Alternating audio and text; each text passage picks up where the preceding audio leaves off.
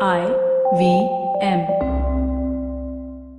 Hey everybody, quick request once again, if you could help us out by filling out our survey. It's at ivmpodcast.com/survey. This really helps us talk to advertisers about the kinds of people listening to these shows. Really do appreciate your help, and we're going to be doing a random drawing, and we'll be sending out some IVM swag. Hope you enjoy that.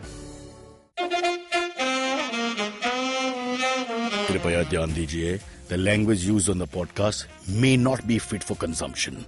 We warn you, tread carefully. But listen, yaar, don't be so conservative.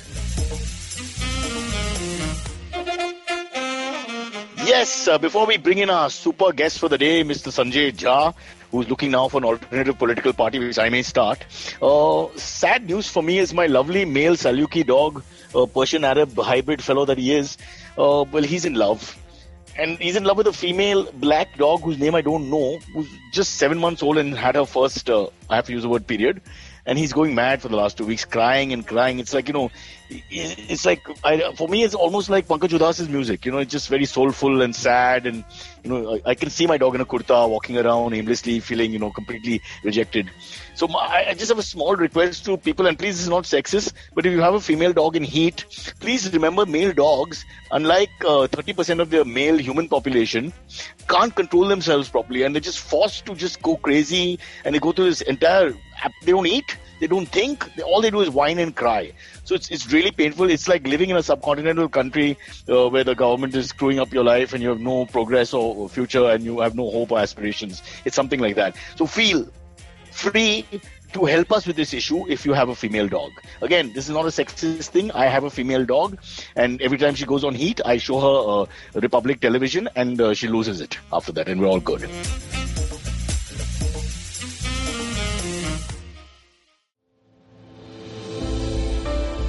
What are some of the radical changes that are now shaping our workspace? With physical distancing and heightened safety protocols being the norm, will technology finally make its large-scale entry to the workspace? Will design as we know it change for the long term? Is it possible for the Indian commercial real estate space to adopt a 360-degree approach to sustainability? Join our hosts at the Future of Space podcast by RMZ as we deliberate with industry leaders, analysts, and bright young minds on the way forward for the workspace given the new COVID normal.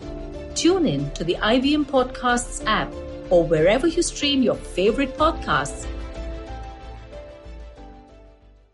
Let's move on to the one and only Sanjay Jha, who is here on the show called Cyrus Says, an old friend of mine. We're both old and we're friends, so qualify both ways. Sanjay Jha is an extraordinary person. He's also a poet. He's a huge cricket lover.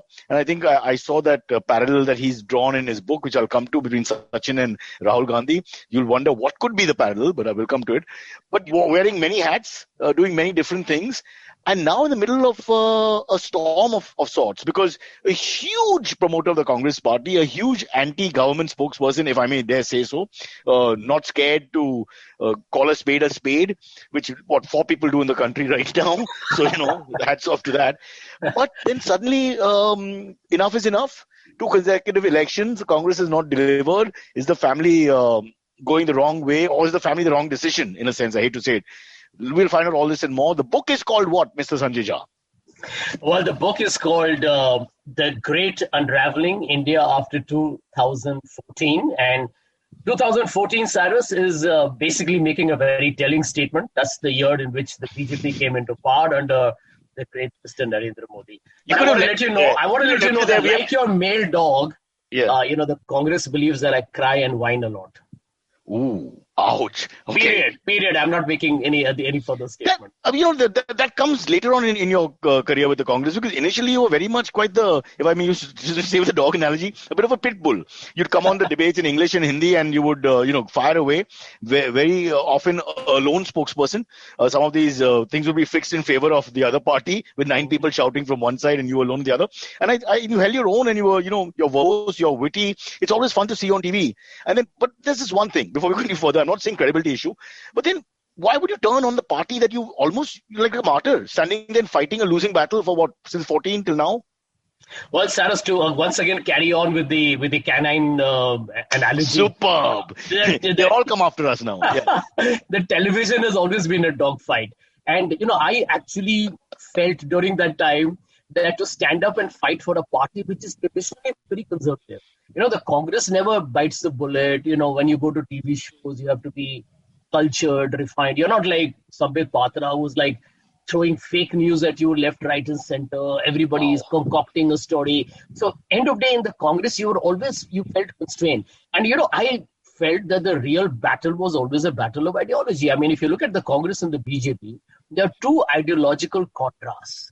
They are diametrically opposed in terms of the way they think.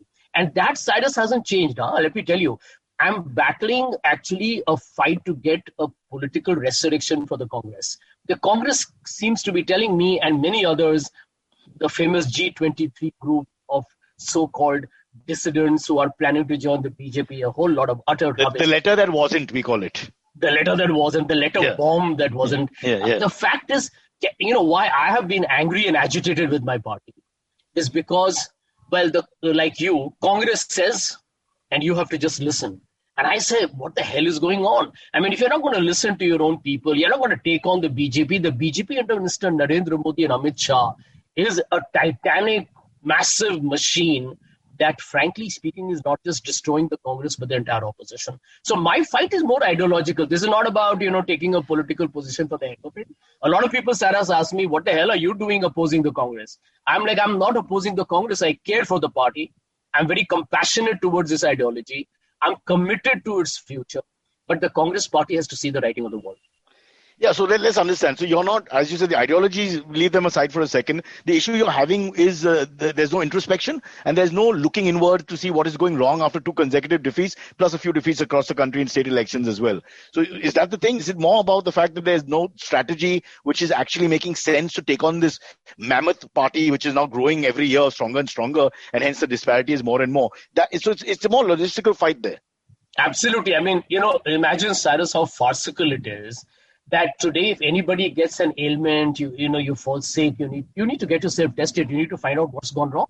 The Congress has got knocked off in 2008, 44 seats.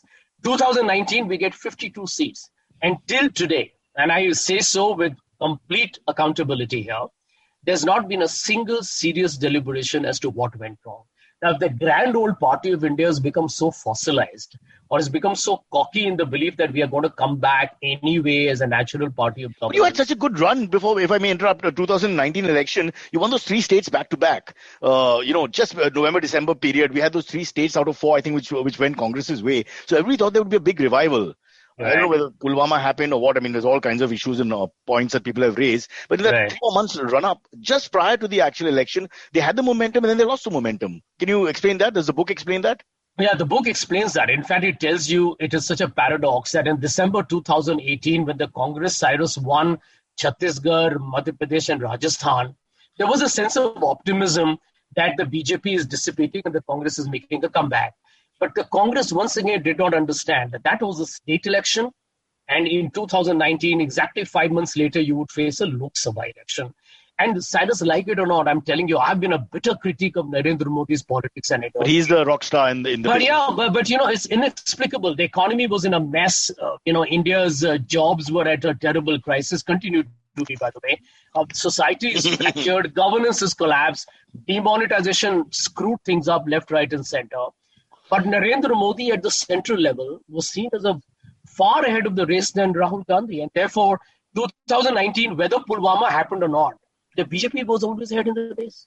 Right. So let's get back to the book now, because I want to understand, because you've written quite a few as well. So this book is all about battering the Congress is the wrong word. It's about putting a hand up and saying, hey, guys, we screwed up. What went wrong and we didn't do anything about it. Am I right to say that? Yeah, absolutely. I mean, this book basically tells you where India has, frankly speaking, got a lot to worry about. That's an Arnab show, frankly speaking. You dare say that on our show. It's not allowed. Yeah. It's a very liberal channel. But I'll tell you what. Frankly, that's fine. Yeah. So candidly speaking, I'm just going to use a synonym. The truth is that India today is being questioned as to whether we are even having a democratic culture. The fact is, India's institutions have virtually collapsed. The question that arises is simple. Who is going to stop or stem the rot? And politically is what you have to do it. Listen, you and I can go on Twitter and complain, and there can be protests by civil society here, there, and everywhere. But the only way to stop the BJP from its juggernaut race at the moment is a political party that is a pan-India appeal and has a narrative.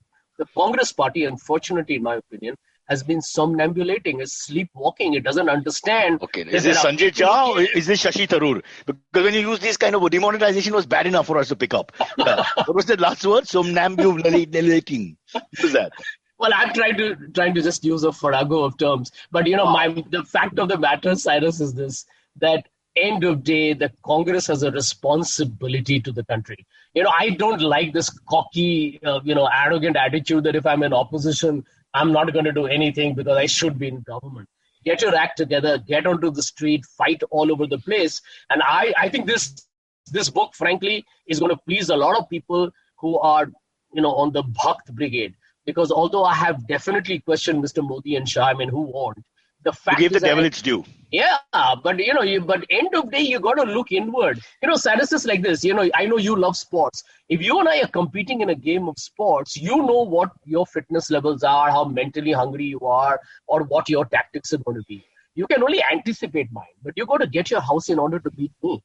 I can't be obsessing about Cyrus. I got to be prepared with some kind of a strategy or tactic to defeat you. The Congress is just attacking Modi left, right, and center. Please do it. That's part of the game. That's part of the playbook. But the only way you're going to win is if the public begins to find you credible. All right, so let me go back to a cricket analogy then, which you'll hate me for using. So it's almost like a Bradman-esque situation. You have Bradman who's making runs and at will and destroying England and they're bowling.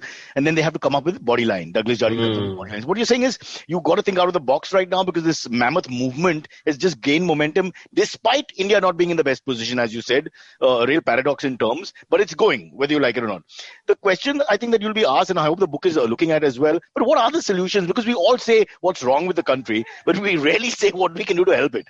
You know what I'm saying? It's easy to be the critic. Yeah. Cyrus, I'm going to give you a very punchy line for your show. I've heard it from many people after the 2019 election verdict in particular, that we would have voted Congress had you had a non-dynast as your leader. Now, I want to tell you, I'm personally very fond of Rahul. I think Rahul is a good man. He's got good intentions. And he's good looking. We need a good looking politician when you go abroad. Indian guy, good looking. Yeah. Well, let me tell you, in today's day of social media, everything matters. I mean, you have to look at how in 2014, sorry to interrupt, I thought he had all the cards. He was young, good looking. I thought girls will vote for him. Young men will, aspire to be like him. To be honest, urban India, I thought would reject our friend because he didn't have that urbanistic appeal. Yeah, absolutely. I write that in my book, Cyrus. I write that the fact that Rahul Gandhi is, he can do a fast motorbike. He's a deep sea diver. He genuinely spoke against, the entire campaign against the LGBT community. I mean, he's a man who's a true liberal. He's a good, positive, liberal guy. But if you look at it, Narendra Modi, who believes in some, goes to the cave. Antiquated thing about, the trunk of Lord Ganesha being, a plastic surgery experimentation. He was the hero of the young. I mean, there cannot be a bigger irony than that. And I think the reason behind that is the Congress is just so awful in its political communication. It's embarrassing. So, just to get to your point again, we have to, let's be, as Arnaud would say, frankly speaking, Rahul Gandhi on one side as a private individual, you say is great, good, and we would have projected him. But he wasn't able to deliver because the people don't want the family in politics. What is the connect here? Well, Cyrus, let me tell you this, that I think Narendra Modi and the BJP went after the family because they realized that the Gandhi brand is the one resilient, sustainable asset that the Congress leverages election to election. Why don't you destroy the brand? And let's be honest, I mean, the brand has been diminishing. I mean, you can't compare Pandit Nehru with the subsequent, leaders of the Gandhi family. Everybody knew that Rajiv Gandhi was reluctant. Sonia Gandhi was circumstantial. And Rahul Gandhi's impression that he gave was that he wasn't really, kind of ready for a big fight. But there is an old saying, right, that if the heat gets too much in the kitchen, you step out of the game. Rahul Gandhi's perception became one of a fact that who's an entitled successor of the great Congress party, but he's not willing to take on the BJP other than a couple of tweets. And I think that hurt Rahul, that hurt the Congress. I think Rahul Gandhi for a long time, Cyrus, underestimated the damage that the BJP did by calling him Pappu again and again and again. Yeah. But before Pappu, they already started with, Namo as the son of the soil, heartland sort of guy who sold chai and comes from nowhere and worked really hard with the Sangh and all that. And India is in his heart and head, and etc. And his family is India. While Rahul, on the other hand, is this, the urbanness may have gone against him after some time. As you said, elitist, entitled, easy for him. What has he done in politics? He slept twice in a farmer's house or something like that. That was his great call. Cyrus, let me add a point here. I mean, you're hitting the nail on the head, okay? I'm just going to give you another fact of life. People like you and me on your show, right? We guys are considered to be, because we speak English and we crack jokes, people think that we are elite, we are establishment, that we guys are, these fake, what you call as seculars. I have no money, Sanjay Jha. I have no money. I'm telling you something. I'm wearing this T-shirt for the second time. And I want to let you know that bottom line, we guys are considered to be, basically the beneficiaries of globalization and governments. Now, Narendra Modi, I'll tell you something. I discovered it when I talked to a lot of people. Narendra Modi, who actually, kind of, frankly speaking, wears those dazzling monogrammed suits, people still love it. What happened post the second, towards the end of the 2018-17, from there onwards? Exactly. There was a change from the Chaiwala image to the brand Modi, as you say. Yeah. But remember, like Donald Trump, right, who hasn't paid billions of taxes, who runs a hotel in New York. Ouch. But Donald Trump is seen as a hero by the rustic, the Midwest of America, as they say, the rednecks, as he's the guy who's going to improve our income levels. And here is a man who's actually the ultimate personification of rogue capitalism, right? And that's a super point. Yeah, and I want to tell you this. I told Rahul this informally once, and I'm sharing it for the first time on your show. I told Rahul, the only way you can beat Narendra Modi in India is if your Hindi becomes better than Modi's. Because let me tell you, you're in South Mumbai, so am I. When people get captivated in our part of the world, जो हिंदी अच्छा बोलता है वो राजनेता वो है. Now Rahul Gandhi actually has बोलता है और intensity और passion के साथ बोलना पड़ेगा, because I think that credibility comes from the heartfelt, which these guys, the Vajpayee sort of mimicry, I would call it, they all had that Vajpayee momentum, of holding the note, of saying it in this 1-2-3 rhythm. And let me tell you something, आप में जज्बा है या जुनून है, आप में वो बोलने, आप लोगों में एक हौसला अफजाई बढ़ाते हैं. देखिए, the way you talk in Hindi is your actual manifestation of your connect with India. Rahul, unfortunately, never took that feedback seriously. And it doesn't take much to improve your Hindi. And the moment you speak Hindi with a slightly anglicized or slightly enlightened, entitled way, it disconnects. It disconnects. You're finished. You're finished. Right. You're finished. In fact, it further cements the perception that Rahul Gandhi is a person who's just had it as a free pass. Elitist who doesn't care about anyone. But look at the paradox you've unveiled again here. While Rahul Gandhi is trying to dumb down to get success, Narendra Modi is trying to come up in a sense. The monogram, look at the hair now, look at the beard. I mean, hours have been spent on makeup before coming on camera, which was not the case when he started with that hinterland sort of chaiwala image of a guy from the road, struggling to make ends meet. Rahul, on the other hand, is doing, as you said, was trying to dumb himself down, speak better Hindi, speak in a less elitist and well-cultured way, if I may dare say so, because he has to now sort of connect. So that was always going to be a problem because of who he is. So what does the book say then? What next? What do you say? See, I'll tell you one thing, Cyrus. I believe India today is asking for all, not just political parties, everywhere. It's also a news channel, but go on. India today is asking for a Congress party with a leader who is not from the family. This is the elephant in the room that we need to address. Okay, which is what the 23 people put together. May I ask? That is the crux. And I'm going to make another statement on your show today. I am in the Congress party because of the Gandhi family. That's how my journey with the Congress began. In fact, my book ends with my interaction with Mrs. Sonia Gandhi. The point I wish to make is this has got nothing to do with the family for me. I mean, I love the Gandhis. I'm just saying the Congress today. So you're very clear about private and professional. I think that's in India, we never understand that everything is taken personally. But I believe private and professional, two different things. Absolutely. I want to tell you something else. When I was down with COVID in the month of May, Priyanka Gandhi Vadra messaged me several times to find out how I was doing. I mean, I have enormous respect for them. They're lovely people. The point is, Cyrus, is this. I'm going to wait for your voice crack. The point is that politically, the Congress party can only come back if it just kind of renews itself. So you ask me a question, how?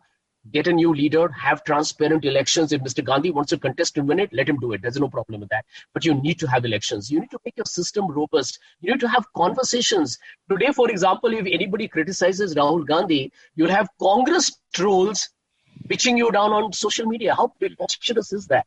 How absurd is that? And it's all in the performance. You got to live and die by your sword in a sense. Yeah. If you've had 2 general elections which are a disaster, I mean, 44 to 52, we made jokes about how it's an improvement, but that's as sarcastic as you can be. You can't say 44 and 52 is an improvement. You've got nowhere in 5 years. Yeah. And so, people have to put their hand up, and he did to some extent and say, I'll resign and whatever, and nobody took it seriously. So I think the party has to stop this sycophancy also, which is unnecessary. Maybe not their fault after a point, because I'll throw you names. Sachin Pilot, I watched him closely.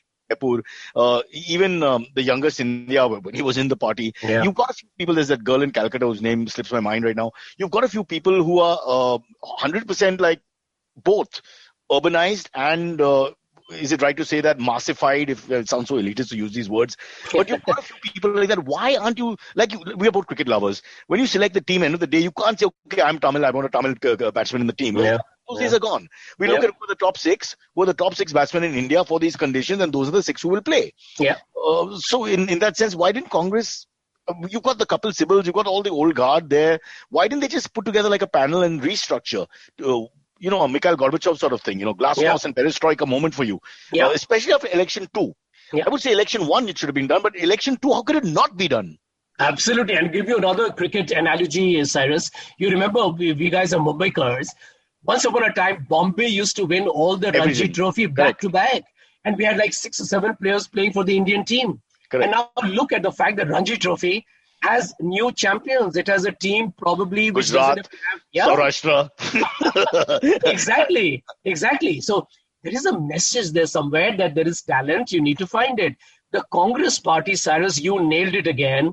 2014, fair enough. It's a brutal nightmare. For the first time, came down to double digits, and it took you a little time to recover. But honestly, I'm telling you, in politics, you need to make every day count. And just because you lost 2014 doesn't give you a right to start getting into the fight for the 2019 elections at the end of 2017. So 3 years were wasted. And then you expect to just come in 19 and win it? I mean, Narendra Modi and Amit Shah, Cyrus, have changed the political dynamics of the country. Professional, absolutely totally professional run politicians. Hard-boiled, driven by, a mathematical model that says, ye chunav jeetna hai. मैंने काम किया है या नहीं किया है, प्रचार हो, whether I capture a संस्था, whether मैं मीडिया को brain wash कर लूं. अलग-अलग strategy. It's not like you're following one path everywhere. Yeah, I mean, just look at Bihar. The Bihar we lose, JP Nadda, who I believe has just unfortunately got COVID positive, but JP Nadda went out saying, I'm on a 100-day campaign to now go to all the states of India. Now, if you don't have the hunger, in my opinion, Congress ke pet mein wo bhook nahi hai. If you're hungry, you win, yaar. If you want to win, you win. The rumors from Bihar was that if Tejasvi did not partner with the Congress, he may have upset the apple cart totally. It was a close call in the end. You think that's like really mean for some, and this is the thing we heard in the news channels. I want to talk about them as well. Is that too much? Well, I honestly believe that the Gandhi family today needs to invite leaders, people in G20. It should listen to people like us, because we care. I mean, we are ideological soldiers of the party. Right. And, it takes nothing. Companies revive, individuals bounce back, NGOs being mad. I asked my wife, can I have another girlfriend? She said, good. And now it's so good. Everybody's happy. And now she's got these 5 guys on the side. No, I'm kidding. Yeah, you're right. I mean, if you look at it as a sport, I think in many ways people have misunderstood and they take Narendra Modi and Amit Shah very seriously on a personal level, but they are actually working on a professional level. Yeah. It's like end justifies the means, slightly Machiavellian sort of way to go forward. Yeah. Congress doesn't seem to have that killer instinct, and also the stratagem is not there. Yeah, not at all. In fact, I feel that every time you lose, you should sulk. You should go into a corner and crib. And heads should roll, Sanjay Jha. Yeah. You're talking about governing one of the biggest nations in the world. Yeah. I write that on the book, Cyrus. I say the Congress party is responsible for the future of 16% of the world's population. For God's sake, understand what a responsibility you have. And you've been in government for 55 years. You lose an election and you behave as if, it's the end of the world. We're not going to fight. Nobody has a talk. We'll just leave it to one young Rahul Gandhi to take it. Now, I think Rahul, in my opinion, made a terrible mistake. I wrote about it in my Times of India article. You see, when he quit, it's a good thing. That's where the Sachin analogy came into play. You quit, it's a good thing. Can you please have a successor there? If the Congress had a such Jyotiraditya or a Sachin Pilot or a Shashi Tharoor or who knows, Kapil Sibal, whoever. You could have got your act together. Yeah. Change of guard. But coming back to Sachin, I'm not 100% sure whether he resigned himself in the end or they sort of suggested it to him. We would never know the truth about that. But No, I will tell you something. Sachin Tendulkar, you remember my Cricket Next Day? Yeah, of course. Sachin Tendulkar was fully aware that he did not have the skills to manage media, that in his team he had an overbearing reputation of being this formidable titan that everybody just said to. And end of day, Sachin realized that he was not a big risk taker either. So if you look at Sachin's career, he's brilliant on his own, but he's not a great team player necessarily. That whole fracas with Rahul Dravid over his declaration in 194. 194. And when Sachin Tendulkar actually gives up his captaincy, Indian cricket goes through a renaissance. Correct. Under Dhoni, it becomes, frankly, world champions, right? And Sachin had no problems. First, yeah. So I'd rather have Rahul Gandhi as part of a winning team in 2024 but Sanjay, what you're saying, as opposed to leading it to another annihilation. No, but what you're saying now is what obviously has never happened, or is, I don't know whether it's like an acting job that goes on in the Congress, because he's not said it. He's not actually said. What you're saying is Sachin reached the point where saying, look, this is not happening. If we have to do better, I don't want this job. I want to focus on my batting. Okay, right. So you're asking Rahul to introspect like that and give up the crown. From what I gather, he's done it 3-4 times, but in this Caesarean way, where, I will not accept I'm going to resign. And then they sort of bring him back. So it's like a little drama that seems a theater for all of us that seems to unfold. So it's not a serious move. Also, is the power dynamic seems to be very, like, they're like the Supreme Court, the family. And everybody, including the seniors, are below them. Am I right to say that? Well, let me give you one example. Think how the people of India are going to look at the Congress party. For the last 20 years, you had Mrs. Sonia Gandhi as the Congress president. No elections, barring once, no elections. Okay. Then Rahul Gandhi becomes the Congress president. Fair enough. That's what the Congress voted for or chose. Fair enough. Then Mrs. Gandhi comes back again as the interim Congress president, which is now almost 2 years. And now people are saying that Rahul Gandhi will come back again. Now tell me, if you're going to see Sonia Gandhi 20 years, then Rahul Gandhi, then Sonia Gandhi, then Rahul Gandhi, let me tell you, the Gandhis are terrific. Nobody's denying it. But what kind of a perception of the people of India going to have? Also, they've had their chance. They have had their chance. Yeah. So if your team has to win, it's like you bat a player at 4 and he doesn't perform for 3 series, then you have to move him to 5. Cyrus, I believe Indian politics needs to now completely transform itself, and the Congress should take the lead. Take an example. I don't know whether you follow the English Premier League. Of course. If you're a coach of a team and you win it this year, you're the hero. You win it next year, you're sacked. That's how it has to be. In politics, you got to perform or you just perish. Simple. The Congress is now, kind of running this ship like a Titanic, giant, big, well, kind of furnished with all the coke and the champagne, but you're going down the sea, and you need to control that before I think India gets into serious. Also with all the greatness and the history and tradition, we have to live in the present. Yep. All right. And the present doesn't care about what happened in the past to a point. And what I don't understand, I hope the book takes this on. Did you ever speak to them and say, guys, this is my 2 bits. I know I'm not holding a major post in the Congress, but this is my 2 bits to suggestion from my point of view.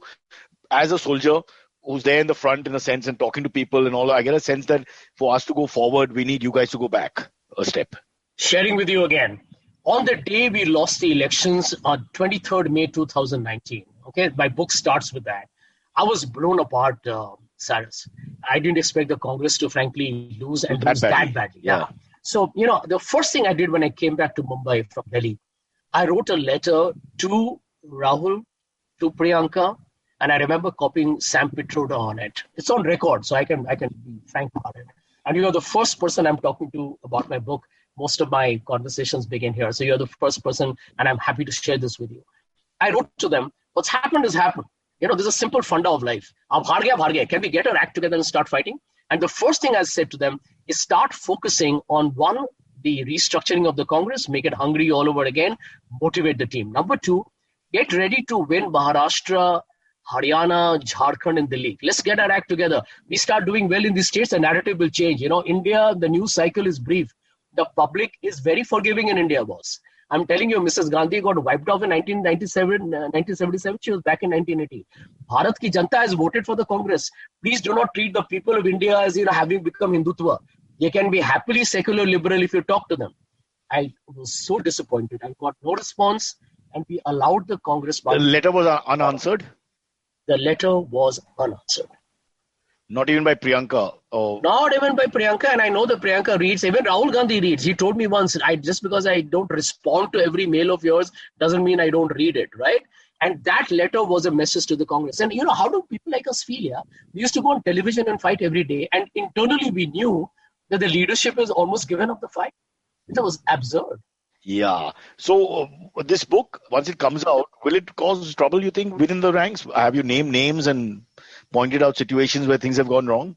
Well, I mentioned a couple of examples. I remember P. Chidambaram telling me, why don't you do a press conference of this Yes Bank scam? And I said, okay. So I messaged somebody very senior in the Congress saying, I'm making arrangements to get it done, and looking forward to a lot of support from the media department from Delhi. I go ahead with it. Exactly a day later, and just one day before the press conference, I get a call saying cancel it. And I said, why? I'm in Mumbai. Rana Kapoor, who was the Yes Bank guy, was my former colleague in Bank of America. This is the commercial capital of India. I have been a former banker. There can be no one better than me to actually expose the scam in granular detail. And I'm told, oh no, forget it. It's not so important. I mean, if this is the way the Congress is going to fight, you're not going to win. So what you're saying is they were involved in the scam? Somebody? No, I'm just saying, you know what? People settle personal scores. The guy who actually refused to allow me to do the press conference was pissed with me because I simply wrote an article at that point, my first article in the Times of India, where I questioned the Congress. So he wants to prove himself to be more loyal to the Gandhis and say, you know what, I stopped Sanjay Jha from actually beating up the BJP. How do you win? The Congress is the one that loses. So I've got a lot of these anecdotes in the book, but ultimately this book is about India. I fight for a secular, liberal, inclusive India that doesn't beat up the Muslims, that doesn't threaten the Christians, that doesn't threaten the Dalits. I think this country is phenomenal. It will always remain Gandhi's India, no matter how much Nathuram Good says. So you're pro-stake is what you're saying? Absolutely. Sorry. Pro-India book. Absolutely. Okay. All right. And keep the bars open, whatever you do, because we need to drink from time to time. Well, let me tell you, Cyrus, if I'm expelled for writing this book, I have no problem, because the Congress party can remove me from the organization, but the ideology belongs to every Indian if they choose to have it. Okay, fair enough. But at the moment, where is Sanjay Jha in the Congress spectrum? Are you in? Are you out? Are you persona non grata? Have they banished you, as we have been told? Well, I'm either animated suspension or suspended animation. You choose. So you're still part of the party, but they just asked you to stay in the back room for now. Is that right? Stay in the periphery. You can talk what you like. You can pile on to Rahul if you like. You can pile on to the senior leadership if you like. We're not getting you in. We're not expelling you either, because we know that deep in your heart, you're a Congressy guy. And if they expel me, I think the Congress party will be quite stupid in my opinion. But most people who are expelled or feeling marginalized didn't run to the BJP. This seems to be the latest trend, not just from the Congress. Well, let me tell you something. I mean, after this book, if anybody believes that, I mean, they got to be, frankly, in Alice in Wonderland. Why? I think you've given the Prime Minister some points. You've appreciated the professionalism. You've appreciated the fight. If you look at it, like maybe you don't like Pakistan as a country or as a government or as an army or whatever that threatens us, but we do appreciate their cricketers. So, I mean, I did. I'm sure you did. I mean, you're a genuine lover of cricket. Absolutely. So you've found facets of the twosome that you can say were positive aspects in the sense of from a clinical point of view, let's say. Let's not get into the philosophies, because that clearly is now two different sides. Absolutely. And Cyrus, let me tell you, a smart guy, you never... I'm saying all this so that the podcast remains on air. Smart cookie, man. Smart cookie. And I wanted to remain on air. So I'm going to buttress your statement further. Go ahead. The truth, Cyrus, is that you've got to learn from your opponent. Just because Mr. Shah and Mr. Modi are our ideological opponents doesn't mean that you don't learn from what they do well. Now, what do they do well? I think Amit Shah is indefatigable. I mean, he's all over the place. Doesn't sleep. Doesn't sleep. You look at the hunger to win. You look at Narendra Modi's ability to change the narrative. Now, you got to UP learn that. Against the run of play, even in Bengal, from what we gather, making some momentum. I mean, these places where they didn't have a chance in hell. Absolutely. And look at the BJP today. Telangana, look at them in Telangana. My God, that was very strange. I have written in an article in the Times of India again, I think 10 days ago, that the BJP is actually demonstrating to the people of India what a political party should be. Just because it is a municipal election, why shouldn't the BJP president campaign? He did. And look how well they did. They may not be number one, but they are number two. So I think you need to learn from them. I actually praised the Farm Bills law. True, be said. I'm saying it openly because the truth is, I think it is good overall in the long term for the country. And my great Congress party said it in its own election manifesto. So we can do our politics. I know the BJP is today in the docks and they may get politically hammered for this. And it's good. Let it happen because they're very arrogant. But the truth is you need to say what is being done right. A few things that they did right was the insolvency and bankruptcy code. They managed to ultimately get the GST executed. Give them the credit for it. It's okay. But, battle them on ideology. Take them to town on freedom. Is Sanjay Jha keeping the door open? No chance. No chance. I tell you what, my wife, just like you quoted your better half, Pallavi Jha, my wife will slaughter me if I were to even utter the word B. So that's a higher power. When a higher power is involved, there's no question you can't leave. Okay, so forget your ideology and your personal aspiration. It means nothing. Higher power will take over. But let's go into a break.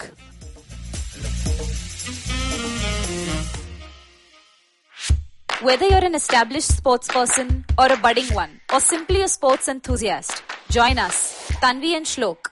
We are two passionate pro-badminton players talking policy, mindset and everything sport. So tune in to The Millennial Athlete every Monday. Only on the IVM Podcast Network. Trust us, it's gonna be lit.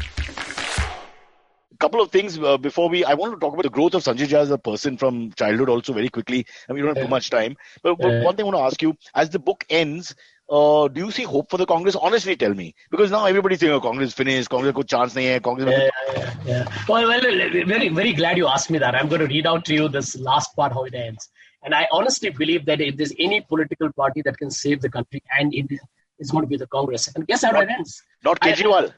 No, Kejriwal, I'm telling you something, is perhaps, in my opinion, one of the biggest political conmen in the country. And the Congress is right in calling him... And this is a conmen game. This is a hard conmen's game. And let me tell you why the Congress should actually read the book. Everyone in the Congress should read the book. This is how I end it. The G23 has triggered a powerful movement within the party. Only a resurgent Congress can defeat the powerful election machine that the BJP is and its dangerous, bigoted politics. They say a week is a long time in politics. There are 3.5 years to the next general elections in 2024. Count the number of weeks there. So there's a lot of hope for the Congress, and I do hope it will resuscitate. Just before we go into your personal story, just a week is fine, but what about the new age politics? It's almost like T20 cricket in a sense. You can't even remember 2 games before, So in a sense, isn't it more important to just get the momentum right, the timing right in the last 2-3 months, perhaps going into the election, because we don't recall or care? Yeah, that's equally important. I agree with you. A brilliant example there, Cyrus. The game can change in the last couple of hours, but it doesn't mean that you don't bring the point where you are likely to make that triumphant. Yeah, you can't sleep in the first 18 overs. You've got exactly. That is the point. And I think the Congress needs to understand that. And think about it, Cyrus. After Bihar, everybody talked about the absolute invulnerability, the indomitable, the insuperable, I'm sorry to sound like Sashay, the BJP. And suddenly, the farmers' agitation has made the BJP look wobbly. And it's actually looking fairly desperate. And a lot of bad press abroad. Yeah. I've been reading foreign papers online, and I must tell you, not just Trudeau in Canada, but we're looking like, this slightly fascist bully with the agrarian community, which is very easy for them to spin, because I think in any way it's left-leaning sort of journalism, if one has to be fair. So I'm just saying that there are some things that you can work with as a party. Because you can see the cracks are there. They'll always be there. For example, this entire lockdown, I thought became a real piece of theatre after some time.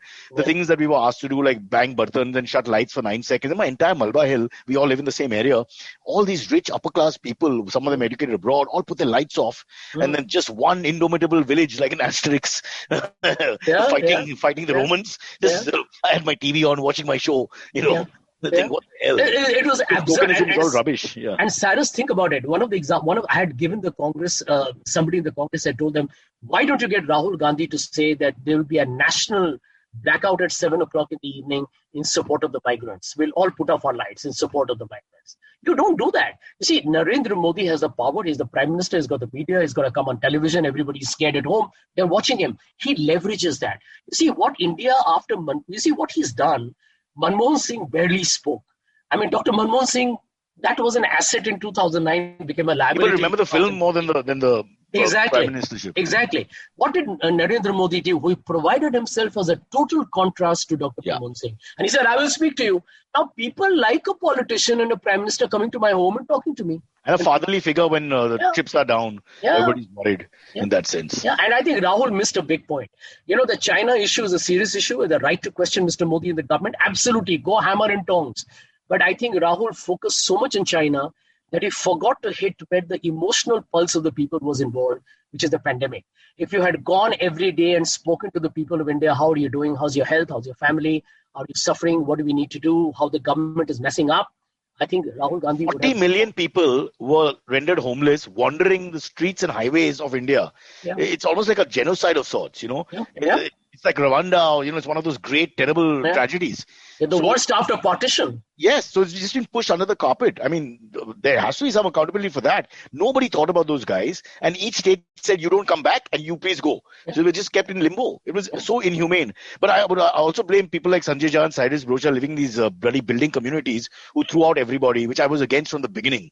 I just think it was wrong. Yeah, I agree. You know, send the help out, send the watchman out, send the vendor out. Why did we do that? No, they'll kill us. It's just how self-serving have we become as people. Cyrus, you know something? I go for walks sometimes to the PDP and Hanging Garden, and I see these rich old people, you know, obviously, you know, tons of money. And when they're old, they're 85 years old, you know who's walking with them? Somebody from one of these migrants. Who has to hold their hand. Jharkhand. Just hold their hand. And I'm like, what a paradox of life. I hope it's just a hand. Huh? Yeah. You know, but think about it, Cyrus, that once upon a time you drove them out. And these are the people, not your rich people, you know, kings who are probably in London or New York. So what I mean is that in that migrant crisis, we're all accountable because they're back and said, save my family. I don't care about anybody else. Absolutely. And I think I'm telling you something.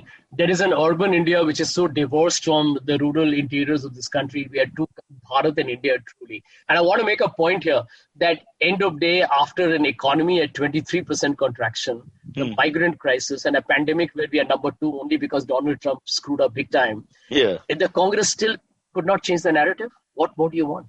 It would have brought many governments down. Absolutely. Before the term was over. Cyrus, I'm not exaggerating, but if supposing the Congress had been in government and Dr. Manmohan Singh was a prime minister, Rahul was prime minister, the BJP would have been on the streets. You would have been today apologizing to the people of India on television. Correct. You're right. They've been able to, between Sushant Singh Rajput and all these strange controversies they've created and drugs and nexus of these 5 people who enjoy weekends with ganja in the suburbs of Bombay. I mean, all this rubbish that has been pushed into the front page and glossed over all these things. Yeah. Particularly the migrant thing. The migrant thing is a really huge issue with me. I was very irritated. It's like cannibalism. I want to kill the people around me. I mean, we were fighting them on building chats from the beginning, just they don't even realize how mean, how selfish, how loathsome it is, and almost racist, or maybe classist is the better word, how classist it is. Right. Absolutely. And I'll tell you something, Cyrus, since we are both Mumbaikars and we are talking very honestly here, I know of people, who said that, when they're off, I will pay them 50% for the first few months, and then I will take away their salaries. And I said, you know what? You can afford that in one meal that you have in some fancy, South Mumbai, the table or some other place. And I mean, what are we joking here? I mean, this is somebody. We know the table owners. Be nice. Take another example. No, I'm just saying, one meal cost. And that's something that you probably pay, or maybe double that you pay to a house help at home or a driver. And people have denied them salaries, as if those guys had a choice. And more than just the cutting the salary, you have to understand that as the proprietor or as the entrepreneur, or whatever the hell you are, the head of the entire system, you cannot throw them out. Yeah. This is the time where you have to be the leader and make sure that they're looked after. Yeah, absolutely. Isn't that the way it works? Is this a metaphor for the Congress? It should be. It should be. I'm telling you, the only way forward for us as a society is to begin to become caring and compassionate. Under the BJP, my biggest grouses mean that we become fractured, divided, angry, tense, sectarian. It's ugly, man. But Sanjay, there were a few good stories of just normal people across India who would feed these guys, help them. There's some hope. Yeah. There's hope. Let's not be so negative. I always think I hate so much about India. Like most of the time I want to scream and shout, but then once in a while something nice happens, like a Virat Kohli cover drive or, a migrant person getting some love and affection from a stranger, if not the government or the proprietors in charge. Yeah. Now that we have declared ourselves to be completely leftist and we're reviving the Communist Party, having exited from the Congress, both of us together. We're both wearing red, my friend. We're both wearing red. Yes, sir. We're both wearing red. And we're typical Indian Marxists because we live in Malba Hill, Depency Road, but we want to support the poor. Yeah, absolutely. After we have had our brunch in the center. Of course. Yeah, after the siesta break and between 4:30 and 6:30 when there's no game on television, football or cricket. By the way, Liverpool in trouble. Who do you support? You said it, huh? I support Liverpool. Oh, it's me too. So we have a lot more in common, huh? If the party we should warn our wives, huh? My wife, because my son is a big Liverpool fan, so we're all converted to Liverpool. There's no he would cry and stuff. I mean, this 1-1 took him 24 hours to recover. Just quickly, one thing I wanted to ask you about the internet. In 2014, he brought in the internet, or somebody brought in the internet with the BJP, and they really used it to their advantage. Do you think you all lost a huge battle there? And now, of course, there's a bit of a fight, but they have a lead of 5-6 years. Yeah, it's a fact. I mean, does your book mention that? My book mentioned that. My book even mentions that. I remember Sashi and I were there with Rahul. There was some dinner and 10 junk. We're talking 2014 era? 2015. This was in 2015. Okay. Yeah, 2014 era. And Rahul was there for that dinner. A lot of Congress people. Somewhere Sashi and I cornered him and we said, why don't you come on social media? And I remember Rahul's comment, a lot of people tell me this is just an urban fad. And we said, no, this is the best way for you to reach out to so many people because you don't need an ANI, you don't need to go in front of a camera. Say what you like, your Rahul Gandhi, it'll get amplified on mainstream media. And Rahul, frankly, thought it was no big deal. And look what it's become today. A lot of people say that today Rahul is more active on Twitter instead of being on the ground. Or someone who is active on Twitter called Rahul. We don't know for sure. Yeah. Just a word on Shashi, as you mentioned. I do want to get into your personal life and I have very little time left. Personal life, personal growth. Right. Shashi, I've done a few shows with him, events, in Lonavala, in Mumbai, in Delhi. He's like a superstar. Wherever we go, he gets a huge ovation. He gets a lot of support. And just everybody, he takes over the room. He has that presence. If I was one of the backroom boys planning strategy for you guys, I would say I would push this guy in front for sure. Because he's definitely got a populist appeal, whatever controversies are there in the background. Yeah. Why didn't they make a list of 4 or 5 of the guys who have that presence? Like say a Donald Trump, whether you like it or not, has a telegenic presence, a presence with maybe ladies, a presence with youngsters, whatever. He has that appeal. It's not been exploited. Absolutely. I write that in my article. I was told by many people, Cyrus, that the 3 best guys who can take the Congress forward because they have appeal, they have a public persona, they're good communicators, they even have a mass base in their constituencies, was Sachin Pilot, Jyotiraditya when he was with us, Sashi Tharoor. These were the 3 names I heard most often. I mean, there were others as well, but, Mukh Vasnaik and people talked of Captain Amrinder Singh, etc. But these were the 3 popular young names. And I do feel that somebody like Sashi, who's an urban sensation, is a phenomenal speaker. He's, by the way, intellectually gifted. He's working hard on his Hindi. You'll see him cracking. Not bad. He's not bad at all. Yeah. He's and not people bad like at all. that because he's trying anyway, Absolutely. That's what you like. That's what you like. And therefore, you got talent. You got talent. Imagine Sashi as the face of the Congress or a Sachin, who's ambitious, hardworking, willing to give it all. I'm a huge fan of Sachin. I hope you're still there because my daughter's now playing with the technology here. Youngsters and how they bully us. So that's something to ponder on. Mr. Beat on who to push in front, the right guys who would have made a huge difference to the momentum, 4 or 5 of the bright faces. Yeah. Really, Sachin Pilot was fabulous, I thought. But anyway, now that time is gone. I'm free. 2024, I don't see in my calendar being chock-a-block. So put in a good word. I'll stand for Mumbai. Me and Milan can stand together. We can do a joint seat. Then we can go to the bar and play some guitar as well. Yeah, man, we're the cool dudes. But I'm just gonna tell you, okay? Anything is possible in politics. And one of the things that I remember, Will you stand? No, let me tell you. Well, let me tell you, you never know about tomorrow. But I want to tell you one thing, Cyrus. I had once suggested to Rahul informally, I don't think he remembers it. I told him, people go badgering you for this Pappu image. Why don't you go on, these, go with these stand-up artists and make fun of it yourself. Go on a Cyrus show, go with Veer Das. We tried to. We reached out to him through Milind. I reached out to him, but he didn't want to come on the show. Well, let me tell you, better late than never. I think we should still pursue that idea. Imagine Rahul being roasted by you. This is the kind of television India needs. He didn't have to get roasted also. We had written a nice sketch, Yeah. Where it was a little bit self-deprecating for both of us. It would have been just fun. But anyway, didn't turn up. Cyrus, let me tell you something. Politicians are too stuffed up. I believe Rahul is a more chilled out guy. He'll be cool and casual. And I said, if you go with, say, Cyrus, or you go with any of the, good guys, and there's so many of you there, just go and have a blast. Make fun of this imagery that BJP creates of you. You're not a pappu because BJP says it. You're a good, cool guy. He's well educated. He has a good sense. He's intelligent. But, this is what I'm saying. You need to push the boundaries. Hopefully, we'll do it. Yeah, the fight is in the back room, actually, before you come into the forum. This backroom strategy, you need a Rommel now to mount your campaign. Something special talent. And Sanjay Jha, they're not taking you in the fold properly. They're wasting your ability. Yeah, I really believe that. As a result of that, I'm with you. Yeah, I'm enjoying this too. No, but you see, am I wrong to say this? All the great institutions that have been built up are built up by one man with great vision to get the right people in. Isn't that always the way it works? Whether you're Alexander or who the hell you are, get the right people in. When they see talent, they say, okay, this guy can speak, he can talk to urban India. So put Sanjay Jha here, there, and everywhere. If they can just get that blueprint right, they would have a fight. I think they've just not even bothered to do that. Across India, it's complicated and selective and specific, but whatever it is, sit and do it, chart it, and then fight. Yeah, बिल्कुल. I'm going to tell you, people like Sashi, myself, मैं आपके साथ अभी अंग्रेजी में बात कर रहा हूँ, लेकिन हमको भेज दीजिए बिहार में जाके हम लगाएंगे वहाँ पर. But sir, your surname is Jha, and it's caste politics, so I'm not worried to send you without bodyguards. You're not Yadav. Be careful. By the way, on that note, the Congress, I believe, in Bihar elections does not get the Brahmin vote, so maybe they do need a lot of Jhas and Mishras there in politics as well. That's on a lighter vein, but I do believe politics needs to change, and I hope the Congress party is better late than never changes itself. Also, for democracy's sake, bro, we can't have this one party dominating. Even if they were a more benevolent party, we still wouldn't want one party dominating. I mean, look at America. That nutcases screwed up their system for 4 years, and hopefully it'll change for the better. He's hemorrhaged it. I mean, I'm telling you, Donald Trump has hemorrhaged their system. And we are making the same mistake, Cyrus. Once upon a time, the BJP used to believe that there will be an anti-incumbency against the Congress, but the BJP, unlike the Congress, worked day in and night out to rise from 2 to 303.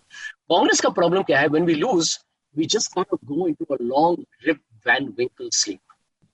Right. So nobody talks about it. Ostrich head in the sand thing. It just goes on. Totally. Okay. Sanjay, we're running out of time. But it's such an interesting life. In 3 minutes, can you tell me about your life? Which I will now find on my biodata, which is here somewhere.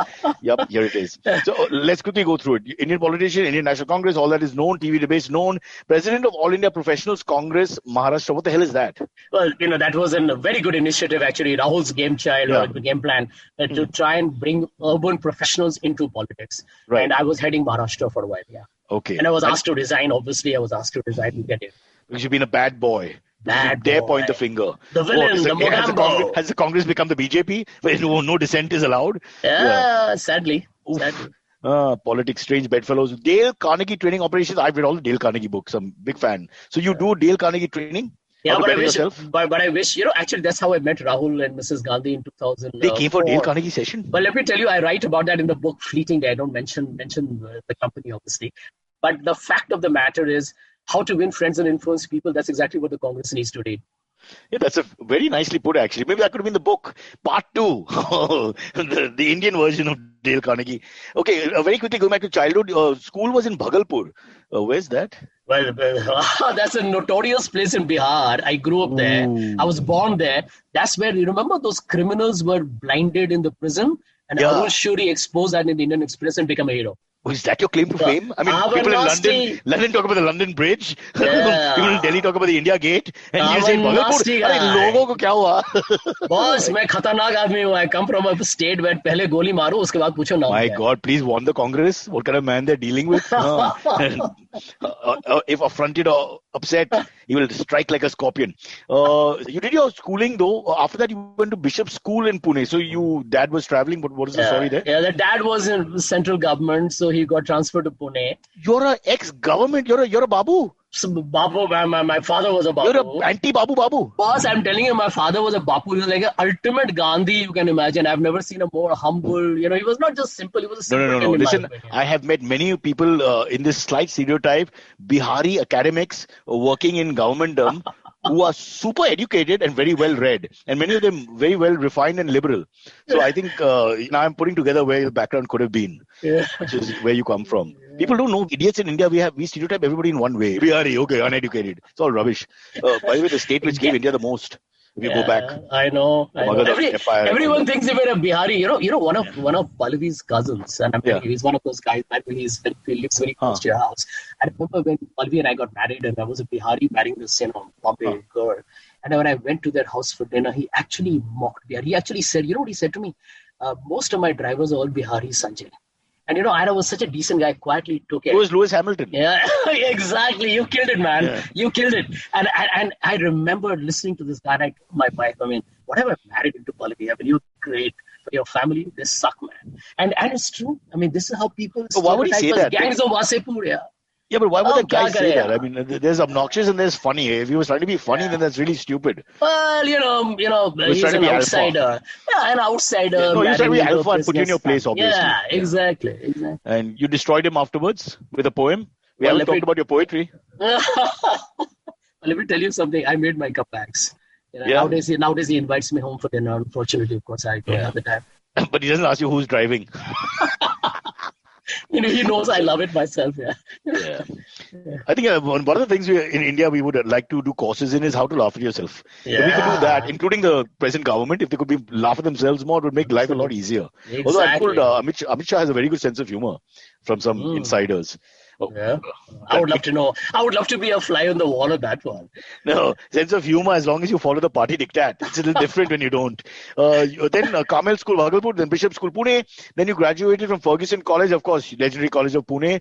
And of course, you must have had your fill of the other agenda because Pune was famous for, Pune was quite a happening about, say, 20, 30 years ago. It would be one of the lead towns for like a university place, You get people from everywhere, including foreigners and staff and wildest parties, lovely eateries, all that. Great place and lovely people. I think, what weather, Cyrus. You go to Pune, you realize why Punekars don't want to get out of the city. They love their city. They hate us guys in Bombay. Bigger houses also. Yeah, but it's become a mini Mumbai now. Entering takes 2 hours, at least before lockdown. Then Ferguson College, then you go to Gokhale Institute for Politics and Economics majoring. And then you do an MBA degree from Xavier School of Management, Jamshedpur, which is Tata which is Parsi influence. And that's where you became a liberal. That's where your liberalness was stamped completely. Very, very interesting story. By the way, my daughters have all studied in, all their friends are, all of them are hardcore Babas, as we say. And let me tell you, JB Petit is the best school for girls. Largely because it's got so many Parsis in them. And you guys, let me tell you, you add a character not just to Mumbai, but to the country. I've had my best friends who are Parsis. Legendary principal of JB Petit, Mrs. Dara Shah. When I was, starting in theatre and all that, because she used to rehearse there with Pearl Padamsi. Yeah. And I broke her, we would play basketball waiting for other actors to turn up. And I broke the window, which is her room. Yeah. I have never felt such fear. I know. It's 5 in the evening, the school is over. The peon told me, my madam wants to meet you. I had to go up, stand there. I was 18 years old. She made me stand in a corner like I was 4 for 40 minutes without talking to me while working on a desk. I got to tell you, there's something about those days where you learn your lesson. I never picked up a basketball after that. Absolutely. I remember being invited, for something my daughter goofed up somewhere, being invited to meet her. And I was this deputy CEO of this company. And I was shivering in my pants, standing in front of Dara Shah, and I realized what an icon. She's an icon. And they swear by her. Generations, your daughter's generation, the ones before that, they swear by her because talk about leadership, it starts there. These are the real leaders of India. Just natural leaders with great vision. And whether you're liberal or not, I'm saying at the end of the day, there's a certain secularism to the way life is portrayed and built. Absolutely. And, we laugh at Manmohan Desai and we laugh at the schools with their stupid, celebrate this and celebrate that. But somewhere in this country, we have to keep that going. Absolutely. We have to enjoy the difference. There's no other way, right? Absolutely. And I really, I want to also say this with a lot of optimism. no matter what the BJP tries to do or the RSS tries to do, India, that what you call is the famous Ganga Jamuna Tehzeeb. That's not going away anywhere. We are going to be one. Nobody can break. Except Mumbai and Tehzeeb, it doesn't work. But yes, the rest of the country definitely. Nobody speaks more harshly than our people. Tamiz and Tehzeeb, yeah, lovely words. I'm a big fan of UP actually. But when I go there and they talk to me, it's just that the politics is a little different. But the speech pattern is the most beautiful in the country. Really. Before we wrap up, Sanjay, can we get into the AMAs for 5 minutes where people write into us? Of course. I want to just talk about your book for 1 more minute at the end. Yeah. All right? Sure. Okay.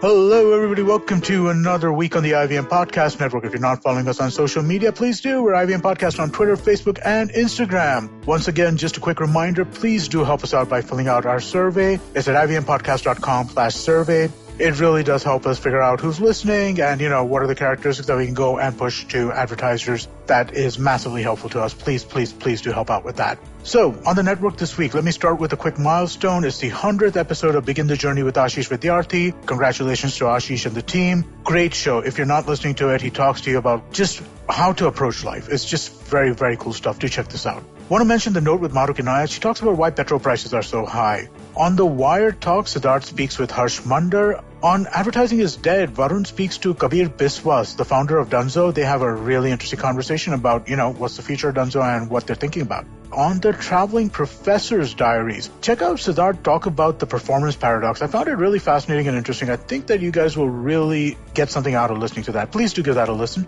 And finally, let me mention Zindagi Diaries. It's Ragini Kumar's poetry podcast. The first week when it came out, we put out 5 poems first week. We put out another 5 poems this week, and the response has been phenomenal. Do check it out. It's in Hindi. It's a poetry podcast. Something a little different. Do give it a shot and let us know what you think. And with that, let me get you back to your show.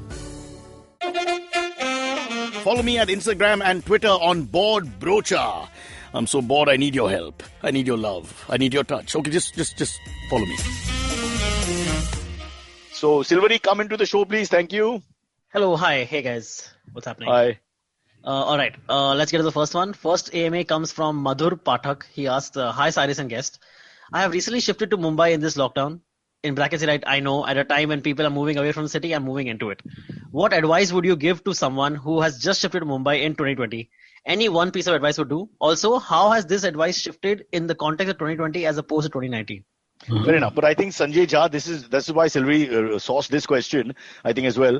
Because you are the ultimate, in a way, migrant story as well. Because you studied all over the country, which I'm a big fan of. I think this is the best way to make Indians Indians. Put them all over and then they understand that they belong to one country and not one district.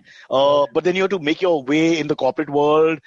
You did a couple of startups and then in politics as well. So what would you tell a guy like this who's coming here with just one underwear and maybe a little ganja, which is not allowed? Well, don't lose your jockey anywhere. The second point is that, for heaven's sake, remember, this is a city that belongs to its people. I'll give you one example. You don't have to look over your shoulder. You can go out any time of the day and night. And this is not the kind of a place where you actually treat somebody else's time as some cheap currency. Value people's time. This is a city where everyone has to find their feet and survive, okay? I'm telling you one thing, respect people's time and people will love you back for it. So you're basically slapping us on the face and saying, hurry up with the podcast because we've kept you for over now. I totally accept and understand that. In the context of 2020, Sanjay Jha ji, what would you say to him now? Because is it right to take the challenge and go into the fire sort of situation? Because the worst year, quote Dickens in a way, is the best year as well. Yeah, I remain very sanguine. Trust me, whether India has a V-shaped recovery or a U-shaped recovery, Mumbai will be the epitome of that fight back. Because this city, frankly, survives only on the spirit of its in spite of being at loggerheads with the center and loggerheads. Absolutely. And I'll give you one example, Cyrus.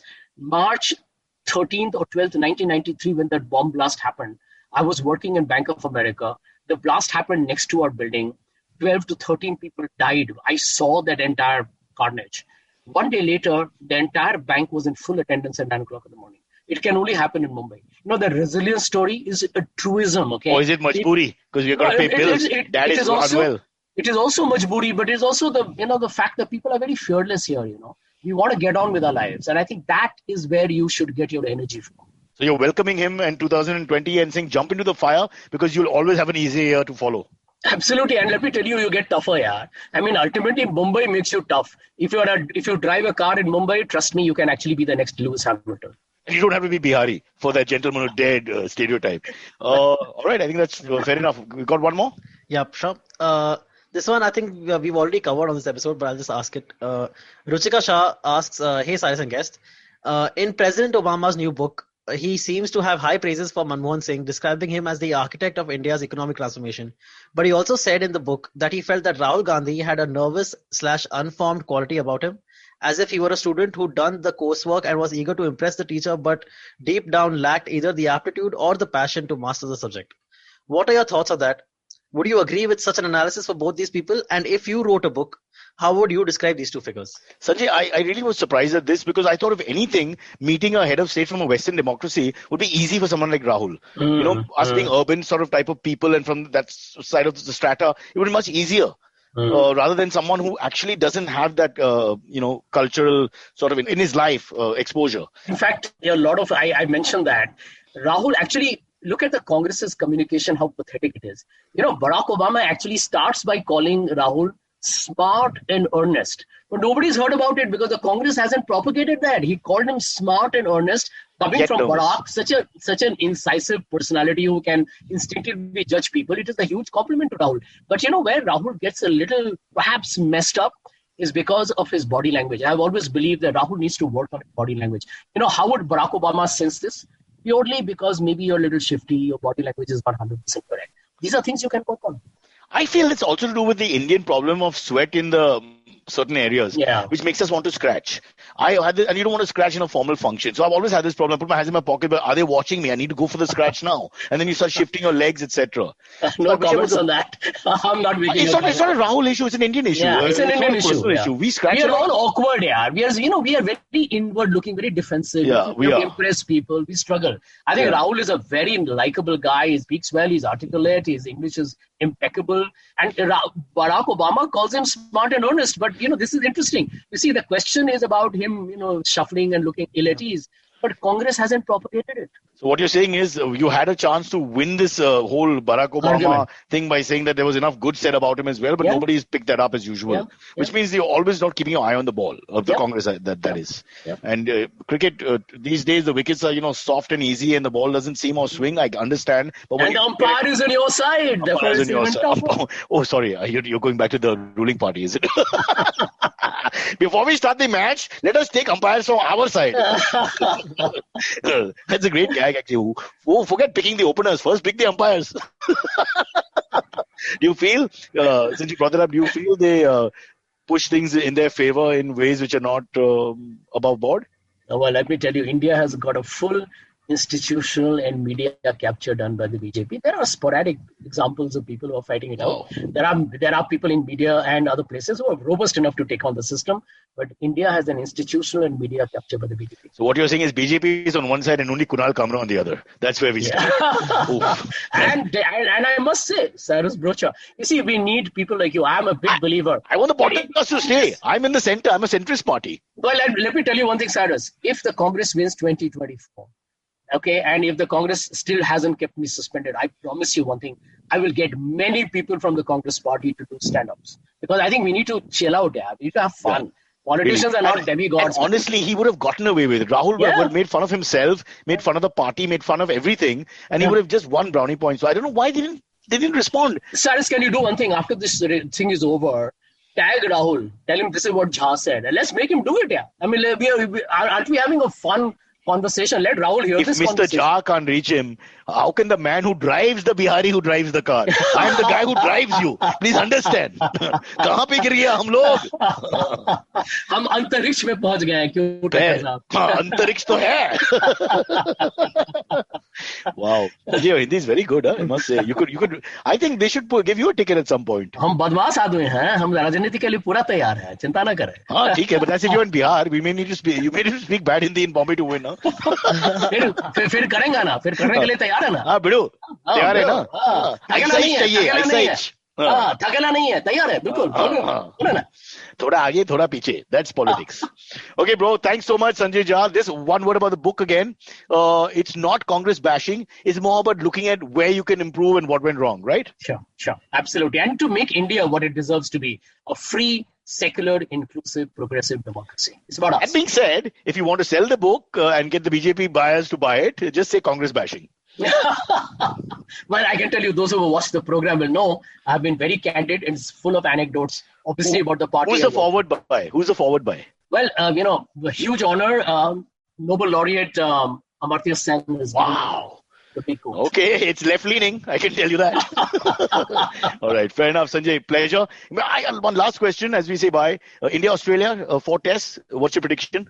My prediction is that Australia has an advantage. This could be a draw series, actually. 2-2? Result. Yeah, it could be a 2-2 or a 1-1. It could be a draw. But I have a feeling all tests will have results. 2-2. Fair enough. All right, Sanjay, have a good one. See you. Bye-bye. Take care, Cyrus. Take care, Antrix. Thank you very much for inviting me. Take care.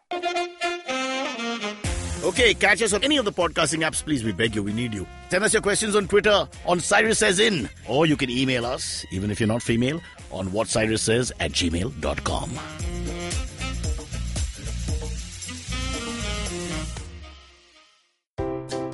Want to learn something new and have a few minutes to spare?